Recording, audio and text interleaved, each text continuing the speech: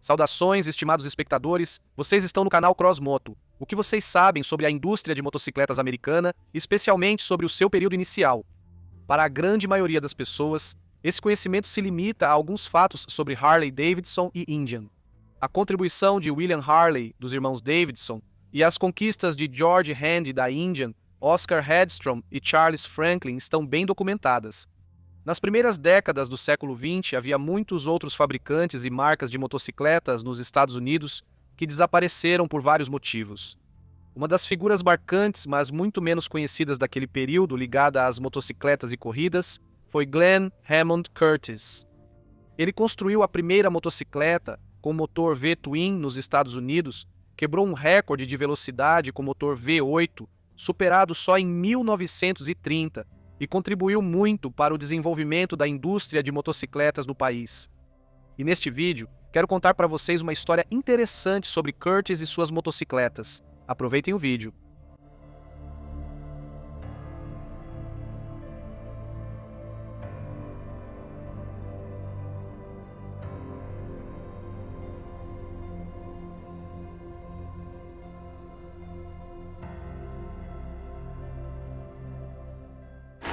Talvez você conheça o nome Glenn Hammond Curtis, relacionado à aviação primitiva, mas você sabia que ele também foi um pioneiro na construção de motocicletas?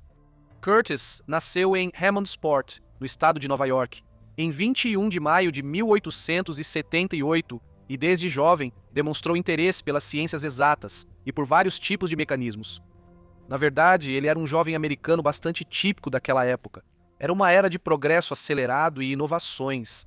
Em um curto espaço de tempo, surgiram e se espalharam uma série de invenções técnicas que, algumas décadas antes, as pessoas nem poderiam imaginar. Os jovens daquela época eram muito curiosos sobre novidades, diferente de hoje. Isso assusta. Eletricidade, bicicletas, motores, fotografia, telégrafo e assim por diante.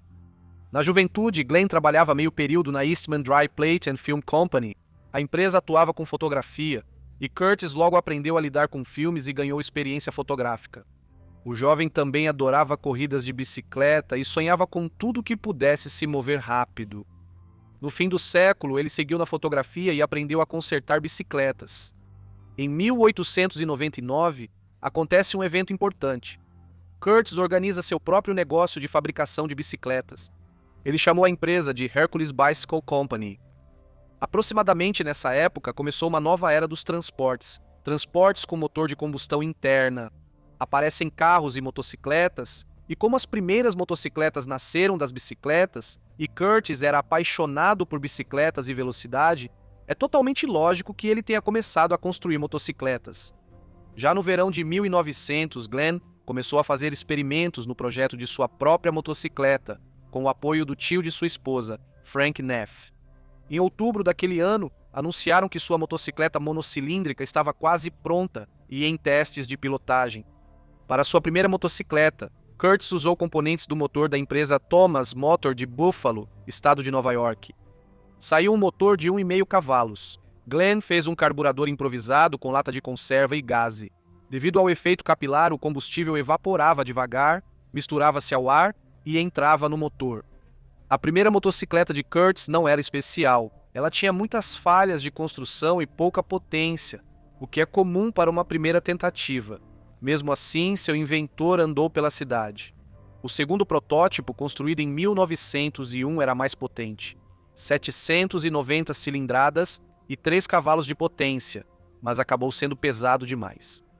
Nesta foto de qualidade bastante ruim está o segundo protótipo, com Frank Neff no guidão. Decepcionado com o resultado, Curtis, com a ajuda de seu amigo Charles Kirkham, desenvolveu um motor leve e potente de 1 cilindro, com 347 centímetros cúbicos e 2,5 cavalos de potência. Esse conjunto motriz se diferenciava da maioria dos outros motores pelo uso de rolamentos de esferas, o que teve um impacto positivo na potência e na durabilidade. A motocicleta com esse motor era capaz de atingir uma velocidade máxima de cerca de 65 km por hora. A velocidade mínima era de cerca de 7 km por hora. Sim, uma característica não muito clara para o motociclista moderno, mas estamos falando de uma motocicleta que não tem embreagem nem caixa de câmbio e a transmissão do virabrequim vai diretamente para a roda traseira. A motocicleta de 1902 foi um sucesso. As primeiras vendas aconteceram e Glenn, animado com esses acontecimentos, fundou a Curtis Manufacturing Company. Ele sai completamente do ramo de bicicletas e se concentra nas motocicletas. As corridas eram a melhor maneira de se destacar, aumentar a fama e as vendas. O melhor resultado nas corridas de 1902 foi o terceiro lugar. Para Curtis, isso não era suficiente, e no ano seguinte ele resolveu o problema de uma forma bastante previsível. Foram usados 2 cilindros com cabeçotes e instalados em um ângulo de 50 graus em um único cárter. Seu volume e potência dobraram em relação ao monocilíndrico, 695 cilindradas e 5 cavalos de potência. O primeiro Twin americano estreou em maio na prova Riverdale Hill Climb, em Nova York, e imediatamente ficou em primeiro lugar. E um pouco mais tarde, ainda em 1903, Curtis estabelecerá o primeiro recorde oficial de velocidade, 103 km por hora. O V-Twin de Glenn imediatamente chamou a atenção da indústria e outras empresas quiseram repetir o sucesso. Surge o Twin Orient.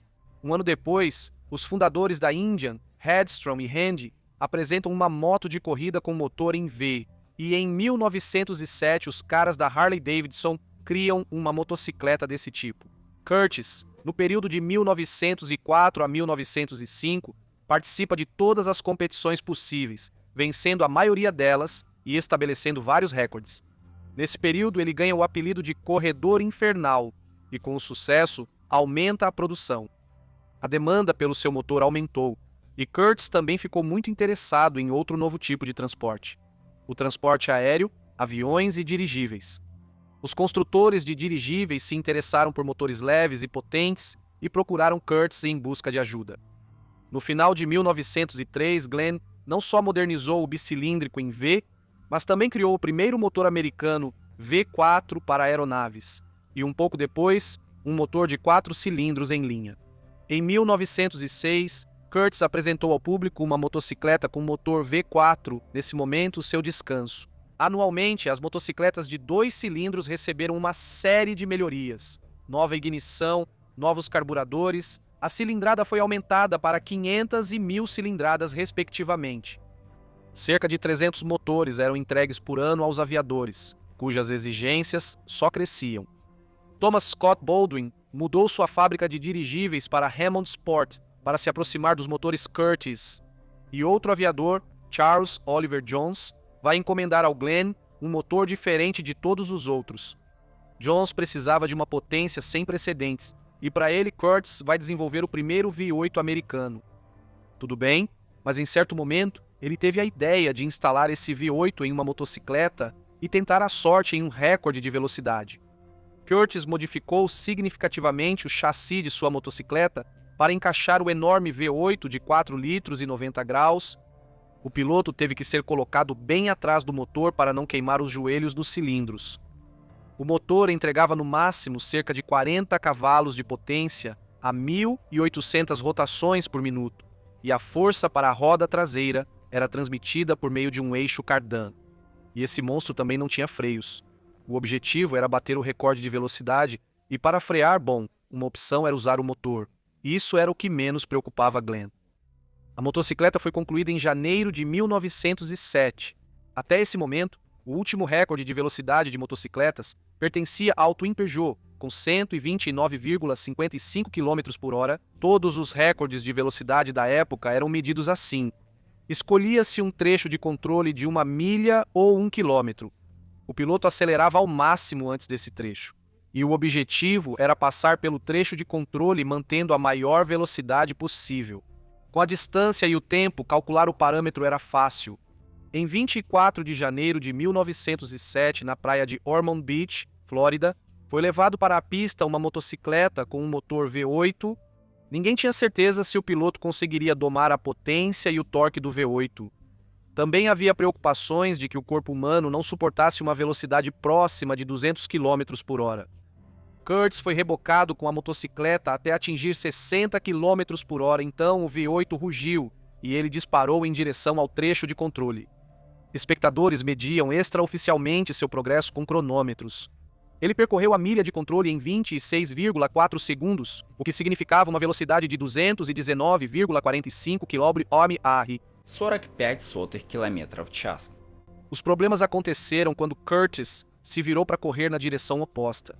Isso é uma prática comum em tentativas de recorde para eliminar o erro causado pelo vento. Enquanto se movia a cerca de 145 km por hora, o eixo cardan quebrou e entortou o chassi. Curtis, fazendo um esforço incrível, conseguiu segurar a motocicleta e parar. O dano ao equipamento foi tão grande que uma nova tentativa de recorde ficou inviável por hora. O recorde de 219,45 km por hora foi considerado e continua sendo considerado não oficial, mas isso não impediu Glenn Curtis de se tornar o homem mais rápido do planeta Terra. Naquele tempo, nem trens, nem os aviões recém-lançados alcançavam tais velocidades. O recorde absoluto de velocidade de Glenn seria superado em 1911 e, no contexto das motocicletas, apenas em 1930. Depois de um tempo, Curtis percebeu que seu veículo com motor V8 parado deveria ser classificado como motocicleta pelo tamanho do motor. As discussões sobre em qual categoria classificar essa motocicleta parecem irrelevantes, considerando que nenhum carro, trem ou avião jamais chegou perto da velocidade que ele alcançou. As autoridades ainda não tinham criado um regulamento claro para a homologação de recordes. Na história das motocicletas Curtis, há outro modelo interessante. É a motocicleta Curtis Triple, com motor W3. No início do século XX, o engenheiro italiano Alessandro Ambrogio Anzani promoveu esse tipo de motor, instalando-o em motocicletas, triciclos e depois em aviões. Como Curtis circulava entre aviadores, ele conhecia o motor semi-radial de 3 cilindros. Ao contrário do motor de 3 cilindros de Anzani, com cilindros posicionados em um ângulo de 72 graus, Curtis decidiu manter o ângulo de 50 graus como no seu V-Twin, o que tornou o motor mais compacto para uso em motocicletas. O Curtis Triple estreou em 1909. Sabe-se que o W3 tinha uma cilindrada de 1.310 centímetros cúbicos e uma potência em torno de 10 cavalos. A motocicleta acelerava até 145 km por hora. A máquina ficou extremamente interessante, mas seu desempenho era apenas um pouco superior ao confiável V-Twin, e o alto preço de $350 limitava o número de compradores. Além disso, o design que usava um carburador para os 2 cilindros dianteiros e outro para o traseiro criava problemas de regulagem. A produção do triplo foi encerrada após um ano e não foram construídas mais de 10 unidades. Perto do final da década, ocorrem novas mudanças. Curtis passa a se dedicar cada vez mais à fabricação de motores e à aviação. Em 1910, a empresa foi reorganizada sob o novo nome de Herring Curtis Company. O pioneiro da aviação, Augustus Herring, tornou-se parceiro de Curtis, focando no desenvolvimento e produção, prometendo ao público que isso de forma alguma afetaria a produção de motocicletas. E de fato, a recém-formada empresa lançou seu próprio catálogo de motocicletas, Herring Curtis, para o ano de 1910.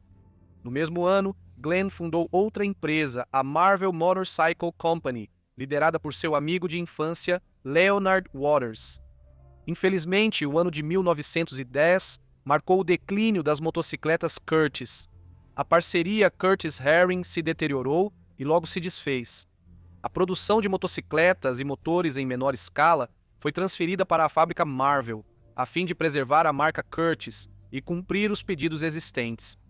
Até 1912, o mercado de motocicletas passou a ser dominado pela Indian e pela Harley-Davidson. Por exemplo, a primeira produziu cerca de 30.000 motocicletas em um ano. A pequena empresa Curtis se viu cercada por gigantes. Glenn apostou na aviação e nos motores, direcionando todos os seus recursos financeiros para essa área. Em 1913, Curtis publicou um anúncio na revista Motorcycling sobre o encerramento da produção, colocando à venda toda a linha de motocicletas, peças de reposição e ferramentas. Assim terminou a história das motocicletas de Glenn Hammond Curtis. Esses 12 anos de engenharia deixaram uma marca indelével na indústria. Ele foi um inovador corajoso e suas soluções técnicas influenciaram o desenvolvimento de vários setores. Atualmente, a marca foi relançada como Curtis, produzindo motos de luxo, mas isso já é outra história. Neste momento, amigos, minha história chega ao fim. O que fazer se vocês gostaram desse vídeo? Acho que vocês já sabem muito bem. Vocês podem comentar, compartilhar com amigos e se inscrever no canal para não perder novos episódios. Agradeço especialmente aos espectadores que apoiam financeiramente meu trabalho pelos dados na descrição. Este foi, como sempre, o canal Crossmoto. Até a próxima. Legendas.